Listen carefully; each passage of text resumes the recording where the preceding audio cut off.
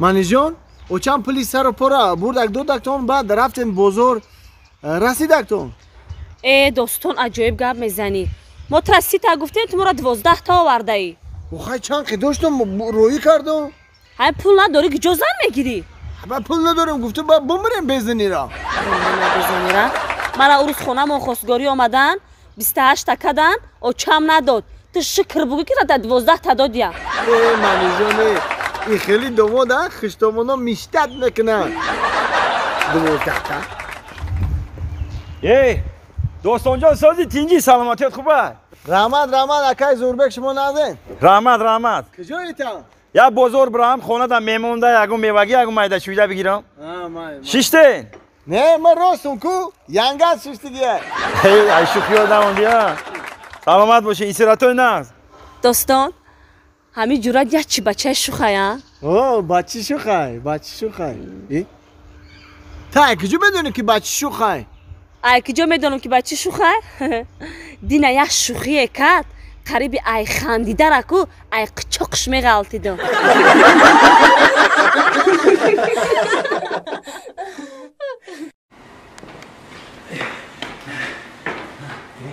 سلام علیکم رئیس. با دیر کردی؟ بخشیش رئیس جان خوردم موندم. ساعت چند شد؟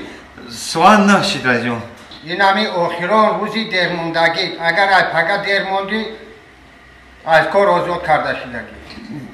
مرج بخشیش.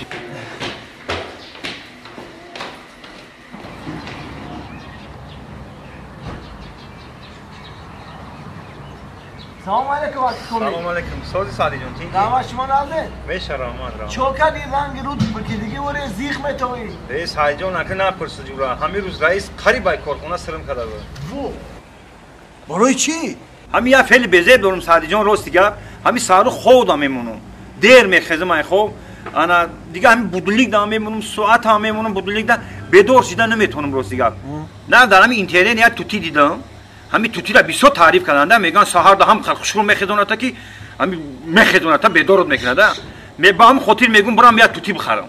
با او توتی چند سمای؟ $1000 بده. همین زورش $1000 بده. $1000 $1000 بخرم که همین حقلا ساعتای 7 بدورم کنه که 8 جای کار داشتم. حکی کامل جون. چه میکنین $1000 توتی خریده رخصت کرده؟ $100 مده ته $100. ما 7 نه 6 ترا کوکو گفته بدار میکنم تا. نه. همین کار ایده سیستم میه یا نه؟ آکای کامل جون یا مرد چیل هنر کمای؟ نشما که با پشت همین تماما ای کار خارج ممکن است نه کامل جون ما گفتم که همه یک گپ دارم تمام. خیر رفتیم مگه نه رفتیم. زنک آقا کاری اساسی را امروز من کردم زنک. اومدم. انا توتی خریدم زنک. $100 دا توتی خریدم. این کازور. انا نصیب باشه زنک. دیگه کار دادر نمیکنه. انا که دیگه توتی ساعتی 7 بدور میکنه 8 جای کار میشین. مردک قیمت یک تایی. نصیب باشه دیگه رئیس گپ نمیشنویم ایجا سپاس. مردک سوز. ای سپاس اول با یک توتی گرفته باشه یا تا دیگه دومرابو نیچه بگی مردک. میگیرم. حرکت نمیگیرم. رئیس جان کوکو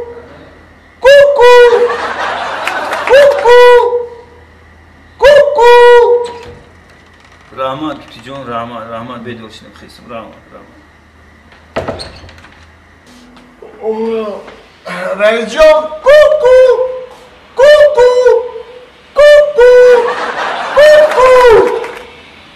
رحمت توتی جان بدور شدم رحمت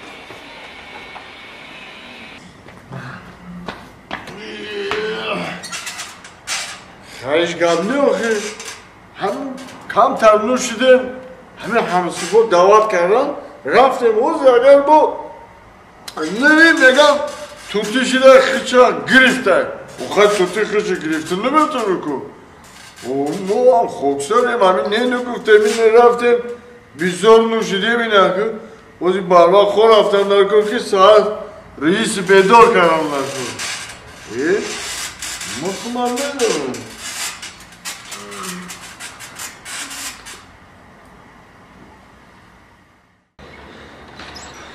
توتی؟ توتی ой соат 10 шид ку мара бедор накарди ку چی؟ мегум соат 10 шид мара чида бедор накарди گو سرعت داشتی؟ خیلی گو گو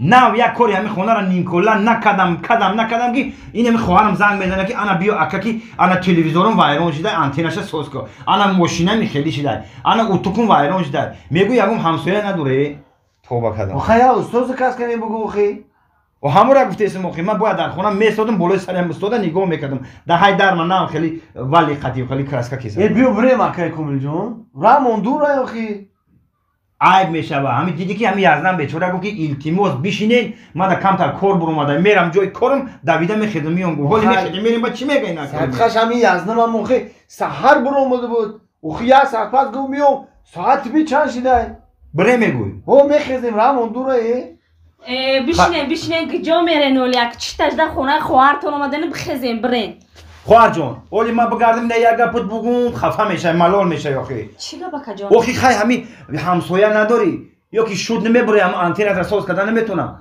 ما را خونه فایرود میگیری اینا شود میخیده یزدان میخیده میروه اکا جان اکا سالو شد خونه ما اومدن اکا بشینین امینو تگولی شما میگوی اکا کو خاکو دای میلیسه را بفهم نه شو خواه نروز هر روز کرده اکا جان او فهمیدم اوخی خیلی اینا ما را فایرود کردیم ما اومدیم با او خیز برو بخی بشینه میویا اوزی میویا بشینه میویا میومد توی وقت میومد خیک میویا اوز نو زنگ زدی گفت میام بشینه میویا چی آنتنش فایرون شده کجاش فایرون شده تلویزیون اینه پخ میکنه اینا در تخت اومد چی بشینه نوشین اومد در بکنه بشینه هازی اومدم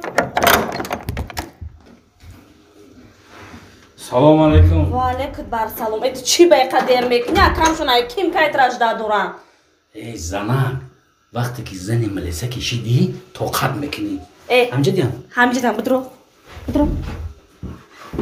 شربت که همجا من بیام دیگه کورون موندگی اکی کمیل جان آخه ما استاگیر نفهم ما کجا میدونم تلویزیون چی خیلی ساز میکنه خیلی میبرم ادایی یا چی قطعی هم اکای کمیل اینا اومد. سعدی ای یادم گفته سر که میخزن میروند کجا میره شما بشینه یکان جا نمیرین یزدان جان رامون دور رای گفتی که یه ساعت پس میام بگاه کردی روزا خاک سعدی جان بخشش رو سیگه با همین سهر رفتگیمون همین یک صدمه شید مو یا هم دو ماشین فوق با فوق زدن بخیر اوخی بخیرن سعدی جان بخیرن کی بدیان کی بدیان یا تشکرمندی پراکرور بوده تشکرمندی سود وو یا تشکرمندی پراکرور یا تشکرمندی سود بله با گناهگار کی بوده ای راستی گپ همین سهر رفتگیمون تا بگاره ایسه زدیم اوسه زدیم مرا گناهگار بروردن